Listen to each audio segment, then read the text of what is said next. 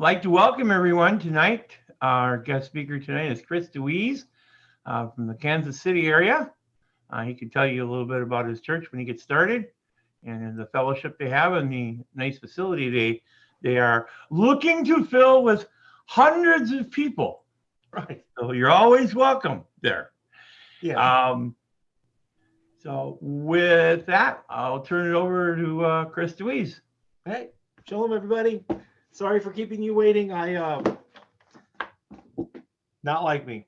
But at any rate, yeah, we do have a nice big building in Kansas City that we rented just in time for COVID. Makes it kind of hard to grow when the mayor of the city keeps putting on more and more restrictions. But we are quite determined, and we're going to still meet. And a large part of that is because we really value in-person fellowship. Especially these days with everybody working from home and getting stuck at home and all that, we just have to have a day to get together and be together. And also with the election insanity and the COVID insanity and everything, we just like to get together once a week and make sure that we're all sane, kind of pinch each other and say, are we still here? Is this a real experience? So yeah, we do have a nice building in the heart of Kansas City, Missouri, that we rent right now, and it is big and beautiful, and we even got to use their house sound system, and Vonnie's piano sounds so nice coming out of that sound system. So yeah, if you guys are in town, please come and visit us, or come and stay. So this message here is something I gave recently that just kind of fell out of my brain, kind of probably Holy Spirit inspired. And I've been talking about the 6,000 year plan of salvation to kind of get back to basics and explain to people what our faith really centers around, which is mostly around the holy days. But there's so many different meanings to the holy days and so many different applications to it that I'm breaking it into different chunks. And this one is about the meaning of shalom and in reference to Leviticus 23. And we have to look at this stuff from a helicopter view, from a really big view. Most of the time we talk about the holy days and we talk about, very, very detailed type things, how, the decree went forth to rebuild the temple, which means Yeshua had to be sacrificed at this exact time. And we talk about all the intricacies of the sacrifices and the timing and the meanings of what the priest was doing and what does this do and what does that do. But if you just jump up in the air and watch Israel, as Israel was supposed to be established in the context of the holy days, it's going to show you a meaning of shalom. And where we live today is the furthest from shalom that most of us alive have ever been. I think that when the Soviet Union was around, there was always a sense of anxiety. Are they going to drop the bomb? Are they going to attack? Is there going to be nuclear holocaust? We always had that in our mind, as I recall from being a kid, and it was a thing that people talked about. But it was a unified America against a unified, Soviet Union. Today, the confusion that we live in is the opposite of shalom. Not knowing about transitions of power, not knowing if your job's going to be there, these huge swings in the economy, all of these crazy political antics and things that are going on.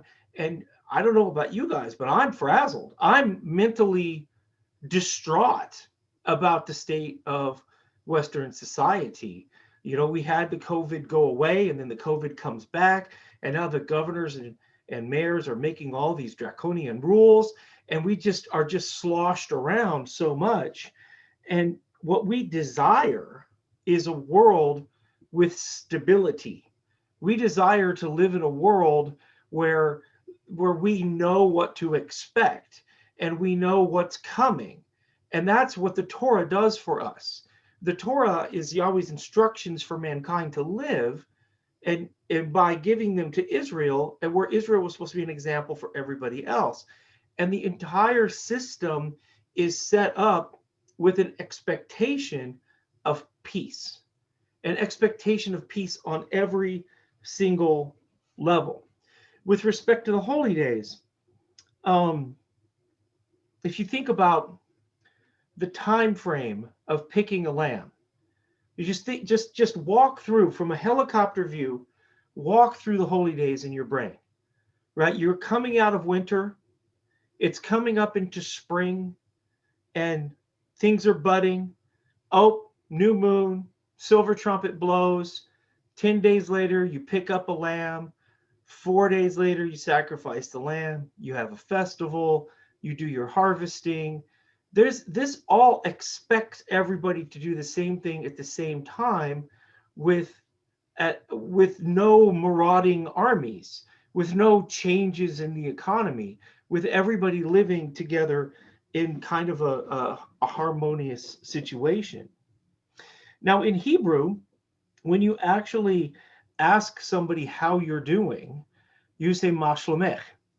Everything comes around the word shalom, and there's verb conjugations. You actually ask the individual what your peace, or how is your peace. And just like in English, if you ask somebody how they're doing, most people say, oh, I'm doing all right. I'm doing good. And that means shalom hitov, which literally means my peace is good. But it's much more personal than that.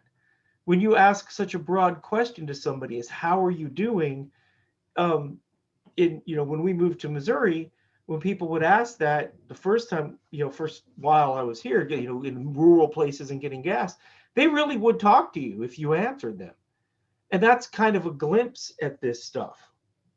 But if we look at the 6th day of creation, when that's done, mankind is made, man is made, and the planet is made.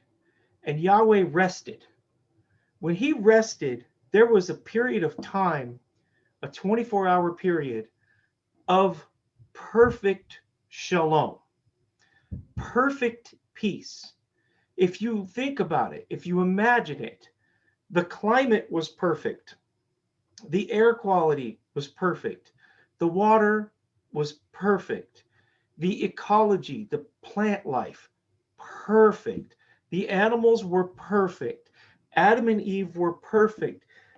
Yahweh rested because he was done, and his creation was doing exactly what it was designed to do. Now, this is another analogy for shalom. As I was working on Vonnie's car this week, and it has a problem, and I introduced another problem.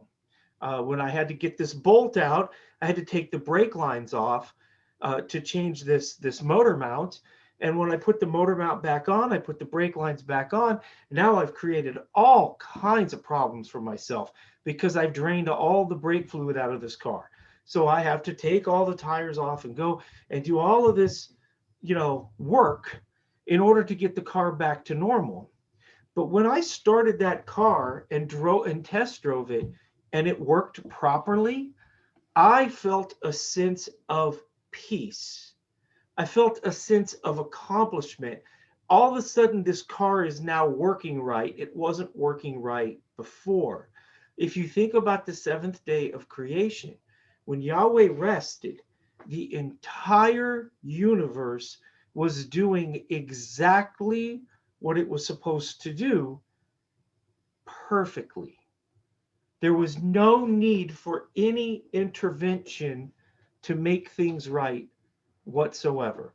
Everything was just at complete, absolute peace until the shalom was broken. Thanks, Bonnie. Once the shalom was broken is when Satan and Eve, probably when Eve looked at that tree and said, it does look pretty good, doesn't it? At that point, an analogy is that all the pebbles on the beach by the pond that Yahweh made were perfect. Everything was exactly where it was supposed to be. And at that moment, she picked up a pebble and dropped it in the pond. And there's this huge wave. And instead of a normal pond where the wave goes out and dissipates and goes back to peace, this wave of sin that entered the world got bigger and bigger and bigger until Yahweh had to actually destroy the earth and all that was on it, except for those who were in the ark. So that peace very quickly went into chaos. And in science, there's a word for this called entropy. Entropy means chaos always increases. So if you drop marbles, if you drop a jar of marbles on the ground, right, they were together like they're supposed to be, and then they scatter. And as they go out, they scatter further and further away in more random patterns. So as that euphemistic droplet, a rock drops in the pond with Eve's sin, it quickly multiplies to Adam's sin. And just a couple chapters later, what does it say? All of mankind's thoughts were evil continually.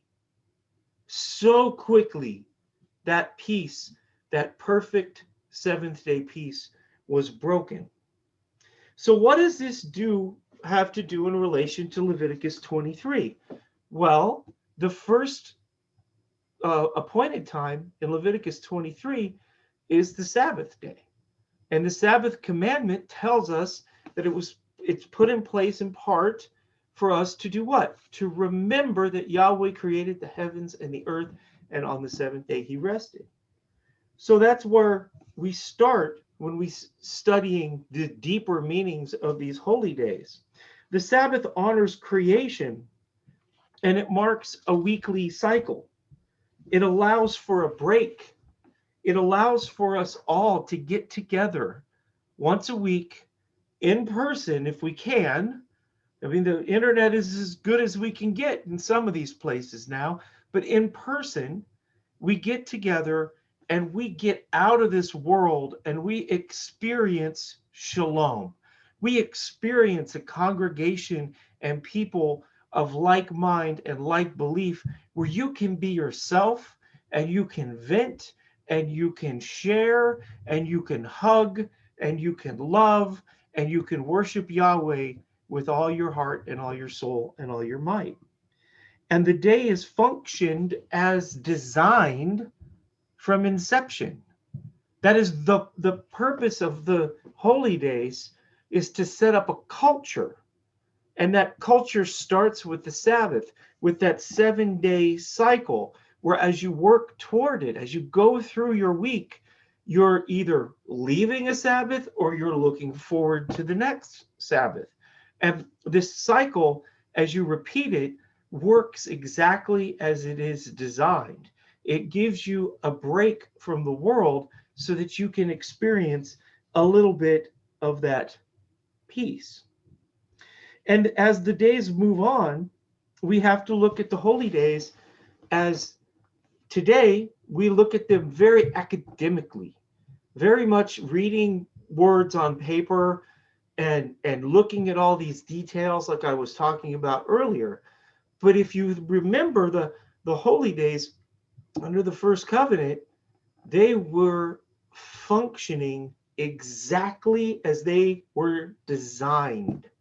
And they were created, if you have followed this series, as we talked about in the part 1 of this, is that the fourth day is when the heavens and the earth and the universe was made, the sun and the moon. The sun marks the 7th-day Sabbath cycle. The moon marks the appointed times. So they were prophetic from the creation. So we talk about the plan of salvation that was laid out at the foundation of the world. So Yahweh establishes the holy days, 1,500 years before he institutes them at Mount Sinai. And perhaps they had them in the Old Testament. We don't have any scripture to tell us whether they were or they weren't. But each one functions as designed. As we move into the entire, Passover, What was the purpose of Passover? Well, the first was Abraham with Isaac.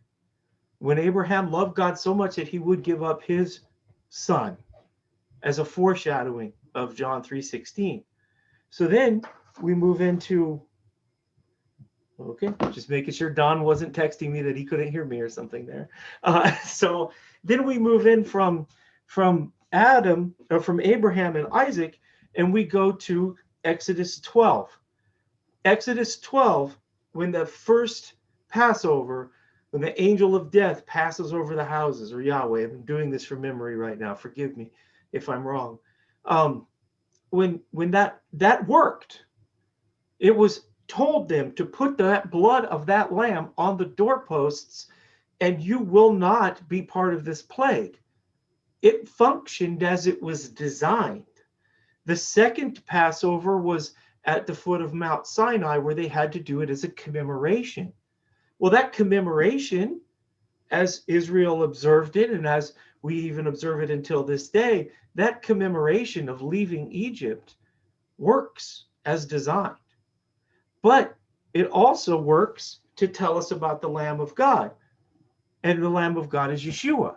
So when Yeshua dies on the cross, fulfilling the day and giving us the complete understanding of the day, now we're able to see the complete function of that day, that the Messiah, the Son of Yahweh, would come to bear our iniquities. And so we can see that these meanings of these days, they move throughout time, and they have a function to them, and they function properly. So as if something is a memorial, right, as the Sabbath is a memorial to creation, mankind has stopped following God because mankind doesn't keep the Sabbath, or they stop following the Sabbath so they don't believe in God, however that works out. But if mankind kept the Sabbath to honor creation, that continues to maintain the connection to the Creator, so that we give him the honor and we continue in our appropriate cycle, and the day functions as designed. The same way with the Passover.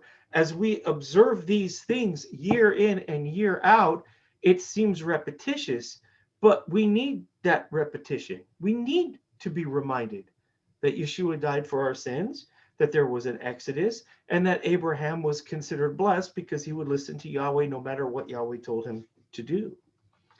So the whole of these days were meant to reflect a culture of shalom. This is a very high level view, but if you were to stop and get a drone up, get a Brian Anderson drone up, or get in a helicopter and just hover over ancient Israel for the maybe 5 or 10 minutes that they actually did obey the commandments, what you would see is a whole nation bustle, doing their work, and then they get to Friday, and then Friday, all of a sudden everybody's behavior changes, and they start preparing for something, and then Shabbat comes. All of a sudden it's perfectly still. All the work stops. You might see some kids out playing. You see some people congregating in a park. Maybe in ancient Israel, maybe they did have something like a synagogue where the people would go and read the Torah, have some discussions, and relax and stop. And then back to the first day. As the sun goes down, they go to the first day, they go back to work. Then you would watch the annual cycles, and the annual cycles would go through, and you would see the whole nation on the first day of the first month, trumpet sounds.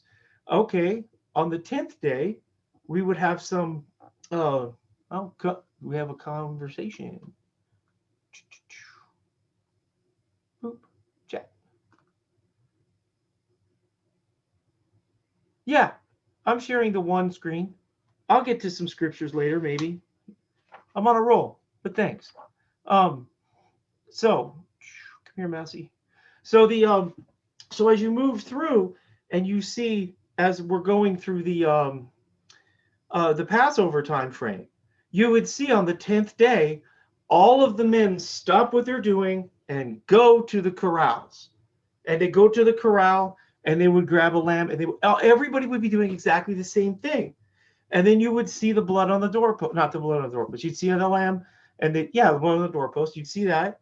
And then you'd see a festival for 7 days.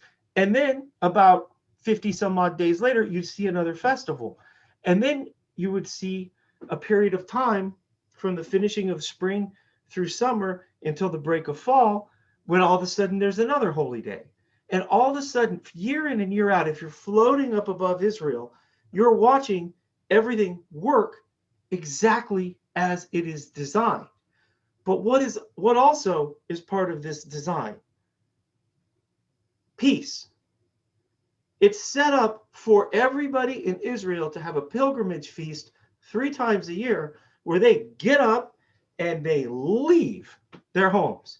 They leave their supplies. They leave their crops. And they all go to the capital city, whether that capital city was a tent or whether the capital city was in Jerusalem. And they would go there and they would have a festival. And then they would go home in the complete anticipation that all of their earthly possessions, all their cattle, all of their stocks, if they were a leather person or if they were a metal smith, all of their things would still be there. It assumes that nobody is attacking this country. It assumes complete peace. It assumes that there's nobody in society that's going to take advantage of the vulnerability, that nobody is going to stay back and steal something like David did when he did not go off to war. All of the people were supposed to go to war, and then all the people come home because David stayed back. He took something that did not belong to him. That's what these holy days assume. They assume that nobody is actually going to harm the entire nation while they do these observances. Everything would function as designed. Can you imagine? Could you imagine this lifestyle where there's no trauma and there's no pain and there's no suffering, and you could just mosey on into Jerusalem, wave your lulav on Sukkot, do some dancing, come back home, everything's exactly the way you left it. Just like life is supposed to be. So from a helicopter view, we see things working the way they're supposed to work. And in this vein, it actually mirrors what? It mirrors the 39 years in the wilderness. In the 39 years of the wilderness, when the one generation died off and they raised up another generation, Yahweh provided for their every need. Their clothes did not wear out on them. They had food. They were totally provided for. Jehovah Jireh. I can't even say that one right. Yireh. It's probably Yireh, but it is absolutely assuming that Yahweh will protect the nation all the way down to the individual, that nothing would be found out of place when you went back home. So here's a slide. Maybe. That's supposed to be going. There we go.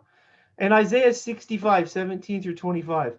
For behold, I create new heavens and a new earth, and the former things will not be remembered or come to mind. But be glad and rejoice forever in what I create. For behold, I create Jerusalem for rejoicing and her people for gladness. I will also rejoice in Jerusalem and be glad in my people. And there will no longer be heard in her the voice of weeping and the sound of crying. No longer will there be in it an infant who lives but a few days, or an old man who does not live out his days. For the youth will die at the age of 100, and the one who does not reach the age of 100 will be thought accursed. They will build houses and inhabit them. They will also plant vineyards and eat their fruit. They will not build and another inhabit. They will not plant and another eat. For as in the lifetime of a tree, so will be the days of my people. And my chosen ones will wear out the work of their hands. They will not labor in vain or bear children for calamity. For they are the offspring of those blessed by Yahweh, and their descendants with them. It will also come to pass that before they call, I will answer. And while they are still speaking, I will hear. The wolf and the lamb will graze together, and the lion will eat straw like the ox, and the dust will be the serpent's food. And they will do no evil or harm in all my holy mountain. So here's that peace that I was talking about. This is a period of time where there's no sin. This is a period of time where Israel's going to do exactly what Israel's supposed to be doing. We're probably going to be part of that, right? Even the animals are going to go back to what they were supposed to be doing. There won't be carnivores. There won't be fear of a serpent biting you. All these things are going to go back, and life is going to be in balance. When creation goes back to the way creation was supposed to be, when all the ecology, the economy, the strife, and everything is finally back in a peaceful state. And here, Revelation 21, 1 through 7, then I saw a new heaven and a new earth, for the first heaven and the first earth passed away, and there is no longer any sea. And I saw the holy city, New Jerusalem, coming down out of heaven from God, made ready as a bride adorned for her husband. And I heard a loud voice from the throne saying, Behold, the tabernacle of God is among men, and he will dwell among them. And they shall be his people, and God himself will be among them, and he will wipe away every tear from their eyes. And there will no longer be any death, there will no longer be any mourning, or crying, or pain. The first things have passed away. And he who sits on the throne said, Behold, I am making all things new. And he said, Write, for these words are faithful and true. Then he said to me, It is done. I am the Alpha and the Omega, the beginning and the end. I will give to the one who thirsts from the spring of the water of life without cost. He who overcomes will inherit these things, and I will be his God, and he will be my son. Now, let's turn the page and find out why I put that up there. So the holy days represent an ideal culture that we're looking for. Today, with the chaos of November 20-something, 2020, we are really looking forward for this peace. I can't take it anymore. You watch the news. We sat down at the congregation a couple of weeks ago, and we tried to remember the crazy things that had happened just 6 months ago, just 3 months ago. Do you know that they ran out of names for hurricanes? They ran out, they choose names for hurricanes every year. They ran out and they had to go to Alpha, Beta, Gamma, Delta. I don't know if they got to Epsilon or what. There's just so much chaos. And we're looking for this true shalom, where the New Jerusalem, the real one, will descend from heaven. And Yahweh will tabernacle with us just like he did in the garden. Just like the garden. There's going to be peace on earth. There won't be any death. There won't be any pain. There won't be any sorrow. And that's the goal. A perfect society. But there's something missing from that new heavens and new earth. In Revelation 21, 22 through 23, I saw no temple in it, for the Lord God the Almighty and the Lamb are its temple, and the city has no need of the sun or of the moon to shine on it, for the glory of God has illumined it, and its lamp is the Lamb. So in part one of this, I talked about how the sun and the moon are a clock. The universe is actually a clock to start this, for us to delineate time over this 6,000 year period of time that I call the 6,000 year plan of salvation. That clock started ticking on the seventh day of creation. Those holy days were made or prophesied, or the foundation was laid for them on the fourth day of creation. Then you have all of this ripple.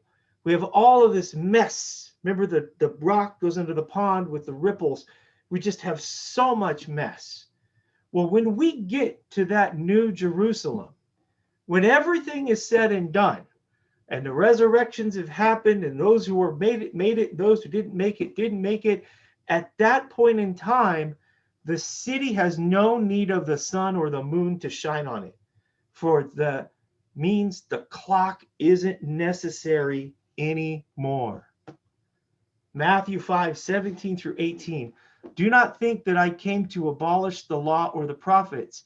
I did not come to abolish, but to fulfill. For truly I say to you, until heaven and earth pass away, not the smallest letter or stroke shall pass from the law until all is accomplished. You understand that Genesis is part of the Torah. And all is accomplished is a point in time where we aren't going to need it anymore. This mechanism of the holy days, this mechanism for us to have our sins forgiven and to have us reminded about things and hinted about prophecies, at some point in time, we aren't going to have another sunset. Have you thought of this? Have you thought about a period of time when we are with God and we're with Yeshua and we're with each other, and there's no more need for any of this? So these folks that tell us that everything was accomplished at the cross and we don't have to do that law anymore. Well, look around. Look around today. What do we see? Riots, famine, pestilence, conspiracy, hypocrisy, sins piled high to heaven. Obviously, we need the Torah today. We can't even imagine it. I can't imagine not needing guidance. I can't imagine not needing any type of accountability for my actions. I'm a sinner just like you. But some point in time, all of this stuff is going to be put away. And that this thing, the law is accomplished, is not some Hebrew idiom. It's a literal thing that's actually going to happen at the end of the age. And finally, we will be together as we look forward today to being there in perfect unity with the Father and the Son. And that's all I got. So now you guys can grill me.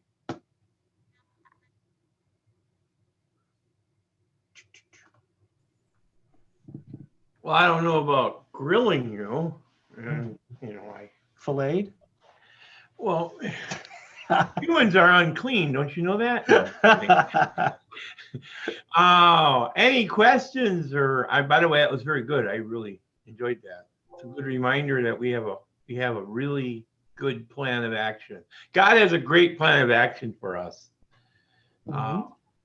Any questions, comments, thoughts, ideas?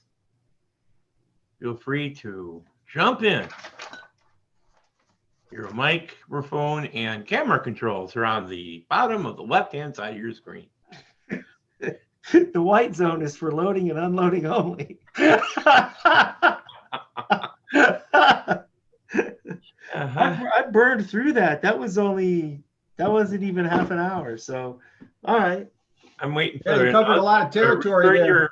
Turn your seat to the upright position. All right, Dennis. No, Alan was first. Oh, Alan was first. I'm sorry. First. Alan was first. Okay, go ahead. Well, I just like when you were talking about no sun, never another sunset. The attempt to try to imagine being in an environment that is so foreign to us today, and to have received, of course, a glorified body at that time, and to not have the cosmos as we know it. It's so beyond the scope of our imagination that it really is an impossibility to get a hold of that and to grasp it. It causes us to really stretch our imaginations, which many of the prophecies do that. I mean, even prophecies of the 1,000-year period can be impossible for us to get a hold of because of the beauty and the extravagance and the level of prosperity that will be made to happen. And I just like that part where you were talking about no sun and no moon. And having read it many times over, it again means something more each time you read it. So thank you for that. You're welcome. Next. Well, Gayleen has a comment. Anyway, I don't know if you can read that, Chris. Yeah, it says, yes, very good reminder. We forget most times of becoming ritualistic if we are not careful, right? That we just get into the rut of doing it, and forget why are we doing it? So we look forward and we do it for today, and we do it for tomorrow. Sorry, I'm still in preachy mode there. It's fine. Yes. Stay in that mode till tomorrow. Yeah. Different tone tomorrow, dude. Okay, who is next? I'll go next. Okay. Chris. All right, let me help you out here a little bit. No, I'm kidding. Actually, it was really good. It was really good. There's a couple of things that you were saying that I think is really good for us to kind of pay attention to and make some other connections. I like how you began the message talking about, unity, right? And then you look at our world and we see how much of a lack of unity we have. Like right now in our country, everything is so not united, right? And it creates confusion. Okay, and confusion, of course, is Babel, and our whole world is rushing to be Babylon, right? And it's the opposite of peace. The opposite of peace is confusion, and I like how you brought that out. And then at the end, you made the point about sin piling up to heaven, and I couldn't help but make that connection in my mind because I had the note right here in front of me that is just like the Tower of Babel. That confusion continues to pile high. We think we're going to make ourselves a name for ourselves. We made the wrong name for ourselves, and it's in the peace that comes by according to the order that God has made. God made an order for us to follow, and things work according to His purpose. We have peace. We have shalom. And the other part of it, though, is that because we don't do it the way He does, the way He says to do it, to the way we live our lives, at the individual and at the corporate levels, we get chaos. And that's part of the judgment. This is, if you do not do these things, if you do not live according to His ways, these curses will come upon you. All the things you talked about, the disease and the storms and all the disunity and the political strife and all that stuff that's going on. These are judgments against our culture, and which is the opposite of peace. We can't have peace. We can't have shalom if we're living in a situation that doesn't set itself up for that. If we're under judgment, shalom is the opposite of judgment, right? We want to get away from that. We want to be rescued from that. So I like how you pointed that stuff out. I like how it all came together. It was good. Right. And if you think about the holy days and they work as designed, Yahweh's not a respecter of persons. So as designed, everybody in Israel had to have the lamb. Everybody, from the highest to the lowest, everybody in Israel has to keep the Sabbath. Everybody in Israel has to do the same exact thing. What do we have today? This is a little preview about tomorrow, about my message tomorrow. We have hypocrisy on a magnitude I do not believe this planet has ever experienced. When the governor of the state can tell you that you cannot be with your family on Thanksgiving Day, and he goes out to eat with his buddies at a restaurant, the day he makes the decree, that is not Israel. That is not Torah. That is not right. In Israel, in Torah, in the kingdom, everybody lives by the same exact rules. And that's why Yeshua came to be in our stead, because he had to come and be in our place and live it just like we live it in order to become our judge. So this chaos, these sins that are piling up, they're so brazen. Can you believe? Like, they have no shame. Why wouldn't the guy just say, okay, you guys have to wear the mask and you can't have your Thanksgiving, and then go have a get together at his house? This fool gets together in public. And the people are just supposed to look at that and go, okay, that's chaos. You can't live in a society like that with so many where different people have different rules. That's not society. Come on, I'm trying to poke you guys.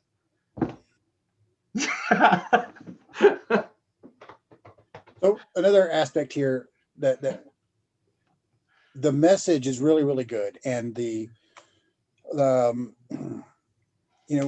one of the things I always like to say is that analysis, if you have bad analysis, you're going to have bad solutions. You need to have good analysis to reach good solutions.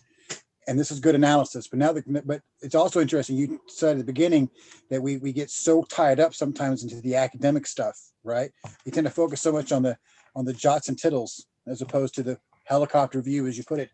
And that's right. But let's kind of put the onus back onto you for this conversation. Is we also need to move from the academic to the practical. So how do we do that? How do we live? What, in your view, what's the answers to start moving forward to, we know we need to live according to God's word, but we live in a culture that's not doing that. Well, this how do we work towards shalom for the people around us? For this group, and the message for our group was that we got to stick together, right? We're doing what we're supposed to be doing, right? We're keeping the holy days, we're getting together, and we're following the plan the best we can, right? Part of the curse of our present situation, right? Where we know the Torah and we know the words and we know when we're supposed to get together, but we also can't actually do it right. We're living a fashion, looking forward to something, longing to be in a society that keeps the Torah, but there isn't one right now. There isn't a priesthood. I don't know if there's a disagreement as to whether if there was a priesthood today, would that even mesh with the believers in Messiah? But we still want to live in that society where the whole nation shuts down on Shabbat, where the whole nation shuts down on Sukkot, right? That's what we want to do. We want it, but we can't have it because that's part of the curse. The curse is that when the people before us sinned, then we have to want it really bad to get it back, right? So that way, when the people, turn from their wicked ways, he'll hear our cry, right? So we want it really bad. So the message for our, the people who believe like us is keep doing it, and let's make a crowd, right? The people right now are looking for some stability. People in the world are as this chaos increases, we don't even know what to believe anymore. You look on your internet, you look on your internet, and now everybody's gone into the conservative sites. I'm looking at this Parler. I'm like, that's not true. That's not true. That's not true. That's not true. Right? People are just throwing everything at the wall right now. You don't know what to believe. Right? They're saying all kinds of stuff. Right? And you go look at the other sites and you're like, well, I don't know what they're showing me, but that's not true either. So everybody's in pure chaos today. So for us, we got to find a way to get together. And I wish I had a printed Bible to hold up, because that's not going to change, right? You have a printed Bible, nobody's going to take that away from you, right? Nobody's going to take that away. You have that printed Bible, and you just keep going, keep studying the word, keep teaching the word, try to find some other people to join up and make a congregation. Last week they're talking about Mayor McCheese here in Kansas City shutting down churches again. I'm like, well, you can shut this building down. I don't live in Kansas City. Come on over, right? We're not going to quit. We're not going to stop. We're going to have to be stopped. And I'm sick of it. Go ahead, Alan. You look like you want to talk. No, I was just gonna say what you have to do on the practical purpose is just do what you should do. Yeah. You get together, you do your job, you live your life you're supposed to, and by your example, it should preach Christ. It should preach God. They should know, one of the big scriptures we use for the feast, because we had a diversity of people, is that they are my disciples by the love they show one for another.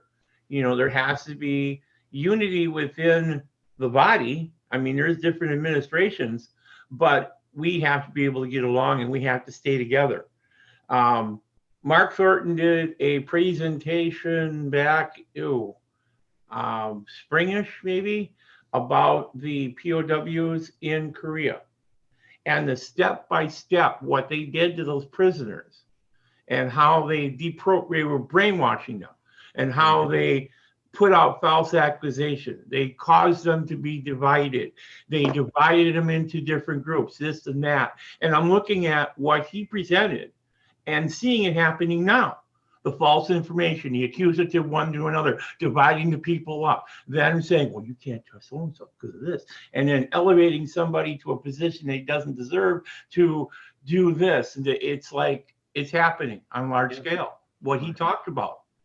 So, I mean, if you want to go back to our YouTube and find it, it's the same thing. And the only way to fight that is to resist, is to not lose contact with other people, not allow them to. And the other thing that's going to be hard for us to swallow, right? Because as we have gone through our lives, we thought that the Sabbath and the holy days are going to be the persecution, right? We always think the Sabbath is going to be the persecution, right? And that, they're going to make a Sunday law. They're going to make a Sunday law. And then everybody who doesn't keep Sunday is going to have to, not be able to buy and sell. Turns out they hate all the Christians. Okay. They're not, they just haven't got to us yet, right? They spend a lot of time trying to shut down these Sunday churches. And that's which is hard for us to do. But in order for Christian America to come back, we can't be fighting with each other. We have to have the common ground, right? All the Christian denominations don't want abortion. All the Christian denominations want freedom of speech, want freedom of assembly, want freedom of religion, want the ability to do good works, don't want to kill kids. Did I mention that we didn't want to kill kids, right? So there's a lot of commonality that, as if things go on and they get worse and worse and worse, we can't stop being who we are and we can't break the Torah, but we also have to look around and go, wait a minute, we need some friends and they need some friends too, And so the ability to unify, to try to get the country back is a good thing, not that you have to compromise your beliefs, but that's something that's coming. And also, as to Dawn's thing about the confusion, the people, the God-fearing people are fighting each other now. And that's the problem. And that's a big problem because there's no way we'll just keep getting smaller and smaller and smaller. It's COG people, this. How do you learn math? If you're from the Church of God, how do you learn math? What problem do you start with? Division, right? These little groups get smaller and smaller and smaller. Well, that's Satan is splitting us all up, right? You split us up, then all we're just a bunch of little individuals. We can't do any good, right? So how do we fix that? I don't know. I don't know. I know we're getting along pretty good with the Sunday church that rents our building too. Actually, we're getting along splendidly. I know how to use. Russell knows how to use that board now with the iPad. We're running a board. Those guys are letting us use all their stuff. They're actually talking about attending Passover with us at the building. And so there's the dialogue. You got to have the dialogue to make a difference. But also when it comes down to the issues of freedom, we got to have allies. There's just no way for us to do it. You can't just sit and watch Dan Bongino and cheer, right? You got to be able to do something,